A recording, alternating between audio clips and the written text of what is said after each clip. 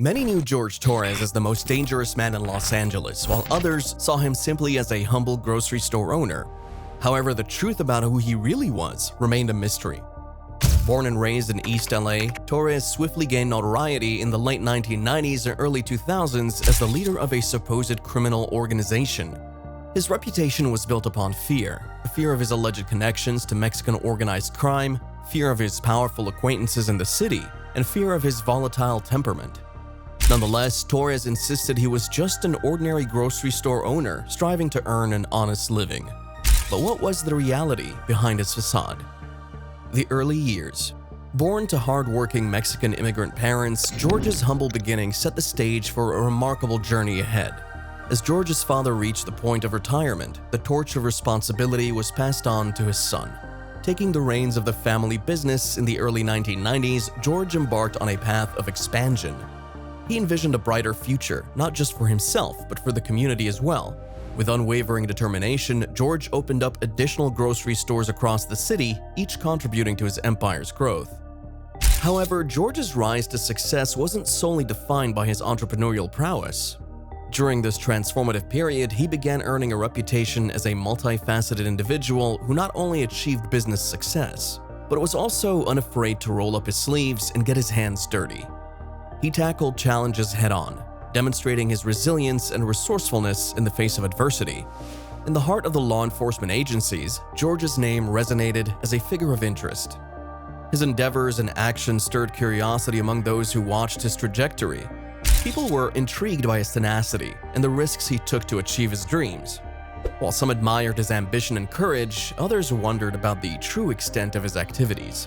One such man is the overzealous LAPD officer, Detective Kading, who intended to make this case the hallmark of his career.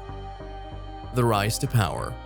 In the late 1990s, George Torres began to gain a reputation as a dangerous man. Rumors linked him to Mexican organized crime, and he expanded his business ventures from grocery stores to include nightclubs, bars, and restaurants. During this time, he built connections with influential figures in Los Angeles, including police officers and politicians. As the early 2000s rolled in, allegations of violence and extortion started to surface, further enhancing Torres' image as a menacing figure. Despite maintaining that he was just a humble grocery store owner, many found it hard to believe, given his notorious reputation.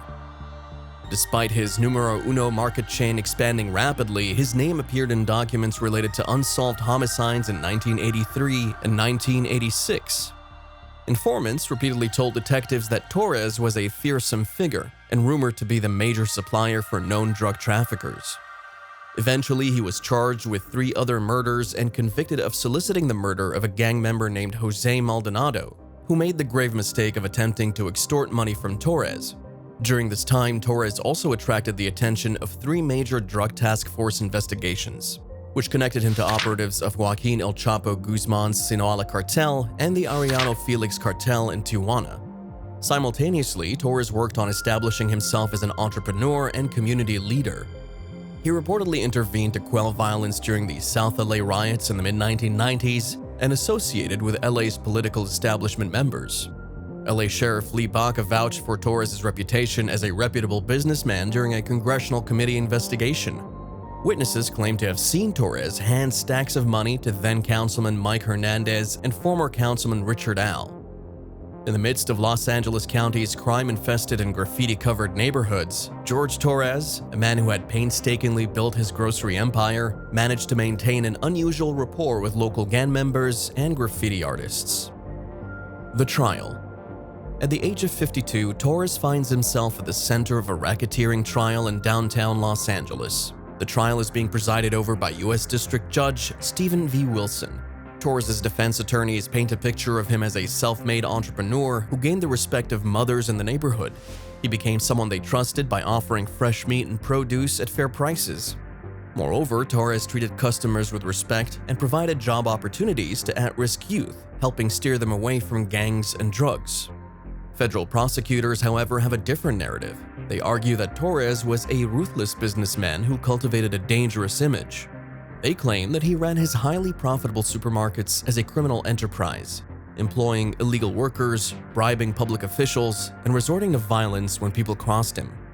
The crux of the case relies heavily on testimonies from current and former employees of Torres, as well as incriminating statements captured in wiretap phone calls. Manuel, Torres' brother and right-hand man in the markets, is also a co-defendant in the trial. Stephen G. Madison, Torres' lead attorney, launched his defense by suggesting that the government's case was built on the personal vendetta of an overzealous LAPD detective. He further claimed that the prosecution's case relied on the cooperation of convicted felons who hoped to secure an early release. The most sensational allegations revolve around 3 murders that prosecutors claim Torres orchestrated, starting in the early 1990s. According to Assistant U.S. Attorney Timothy J. Seawright, Torres' campaign of violence began shortly after he purchased a small store. Gang members from the Primera Flats gang, who frequented the area across the street, started causing trouble for Torres' security guards. A few weeks later, one of the guards was shot and killed. Convinced that a member of the gang was responsible, Torres sought retribution through Ignacio Nacho Meza, a trusted employee. Meza leaned out of a car window driven by another man and opened fire on a group of Primera Flats members, resulting in 4 injuries and 1 fatality. Torres turned to Meza once again later that year when another gang member named Shorty, whom Torres had hired for security, tried to extort money. Torres allegedly instructed Meza to take care of Shorty. A few weeks later, Jose Shorty Maldonado was fatally shot outside a barber shop near the main Numero Uno market. 4 years later, Meza, who was also a major drug dealer, became the target of Torres' vengeance. He had stolen $500,000 from Torres to repay a debt. Though Torres suspected Meza's betrayal, he lured him back to work, and Meza vanished on the first day, never to be seen again. As the trial unfolds, the government's case primarily rests on the testimony of 2 convicted drug dealers serving lengthy sentences. Both hope to secure reduced terms by assisting in Torres' conviction. However, Torres' defense argues that there is a lack of concrete evidence connecting him to any murder solicitation, despite extensive wiretapped conversations and searches. In addition, the defense alleges that the case was initiated by a detective from the LAPD's Newton Division, who appeared fixated on Torres. They claim the detective overlooked compelling evidence suggesting that Carpel and Maldonado were victims of gang-related shootings, as well as the possibility that Meza fled the country due to his involvement in a major drug case. Madison further criticizes the detective for violating protocols and dealing with informants, including allowing them to communicate and potentially concoct a story together. The detective even arranged for 2 informants to share a cell and was recorded asking if they had talked yet and if they had got it straight. As the trial progresses, the jury will weigh the arguments and evidence presented by both sides, ultimately determining the fate of George Torres and his alleged involvement in the crimes attributed to him. George Torres walks. George Torres was involved in numerous charges that could rival the features of an iPhone. He had a shady circle of friends, reminiscent of Tom Sizemore's Notoriety. However, things have taken a surprising turn for Torres as the federal authorities dropped the RICO charges against him, leaving him with just 1 count. Interestingly, if the verdict had gone against him, Torres could have faced a life sentence in prison. A federal jury had previously found him guilty on 55 counts, which included charges of bribery and ordering hits on his rivals. According to the Associated Press, Torres admitted guilt on 1 count, specifically related to the failure to collect proper taxes from his employees. However, he was allowed to remain free after the judge took into account the time he had previously spent awaiting and during his trial. Torres had a classic rags to riches tale, but there was compelling indications that he associated himself with the wrong crowd, despite mingling with prominent figures like Sheriff Lee Baca and former Los Angeles City Councilman Richard Alatorre. Surprisingly, as reported by LA Weekly, some shocking revelations never made it to the public trial in Judge Stephen V. Wilson's courtroom. Wilson excluded evidence that suggested Torres not only befriended drug dealers who committed crimes on his behalf, but also indulged in drug use with them.